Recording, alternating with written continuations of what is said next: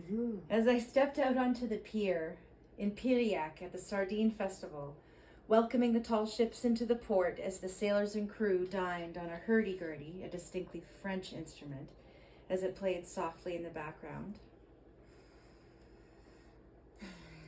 A soft breeze carried a sea mist that I could taste.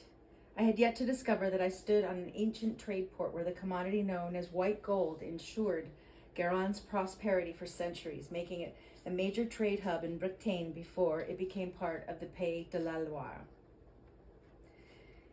The Guérande region, located in the picturesque Pays de la Loire along France's Atlantic coast, is renowned for its salt marshes and the production of fine sea salt. This area has been a hub for salt production for thousands of years, thanks to its unique combination of sea, sun, and wind. Today I'll be talking about the history of Guérande, how the sea salt is farmed, and what makes Fleur de Sel most special, the flower of salt.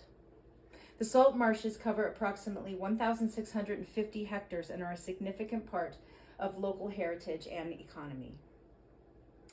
The Guérande Peninsula has a long history with salt, dating back to the Iron Age.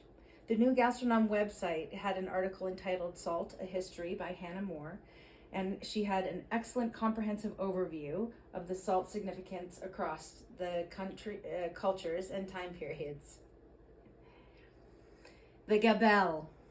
In 1259, a tax on salt called the gabelle was implemented to raise money for France's war.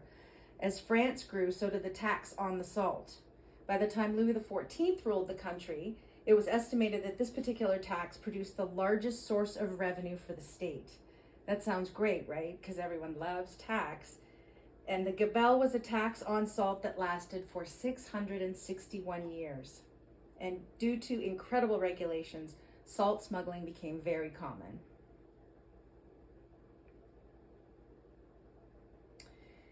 Why did salt cause a French Revolution? An article by Jorge Ramos entitled Fleur de Sel in Journal of Resources 2022 reminded me that in the first century, sea salt was not just a seasoning, it was a vital mineral and a valuable preservative used for medicine, food preservation, and storage, among other life's necessities. I imagine many a battle took place around the walled city of Guérande. Napoleon, he started the gabelle the gabelle started in the 1200s, but when Napoleon took reign, he reestablished it in 1806. It had been abolished in the 1800s, but he reinstated it to make it level across all taxations. I'm not sure if that makes sense, but we'll keep going. The salt tax lasted, again, 661 years. It didn't end until 1947, and the injustice of that gabelle was one of the reasons for the French Revolution. Touring some of these alleyways, I imagine the battles happening, the horses and maybe a few dragons. It all took place right here.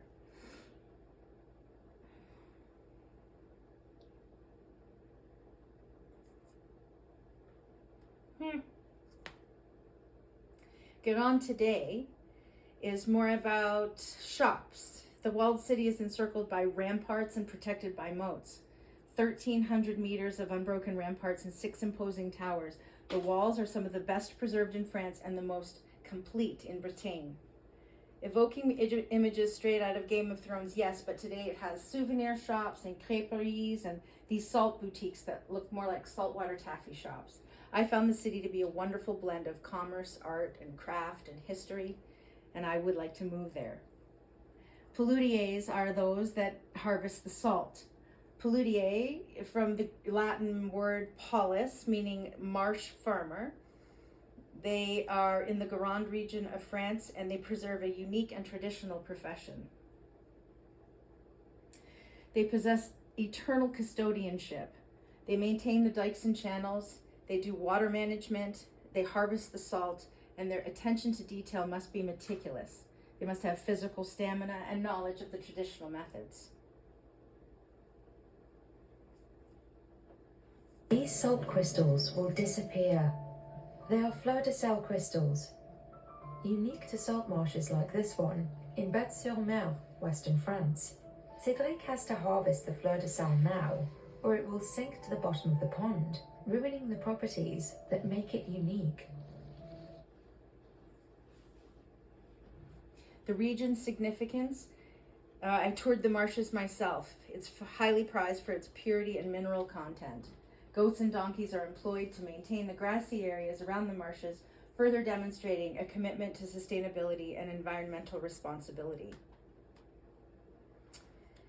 Fleur de Sel is not a certified organic due to certain regulations in France, but it was awarded the National Institute of Origin and Quality's protected geographical indication status, assuring consumers of its origin and quality. In conclusion, I just wanted to share that I didn't realize such a treasure existed. This white gold, the heart of the French people with such a simple yet complex mission, it moved me, and coastal France is an experience that I'll never forget. A small reminder is Fleur de Sel, where I can close my eyes and remember the sea breeze. Thank you.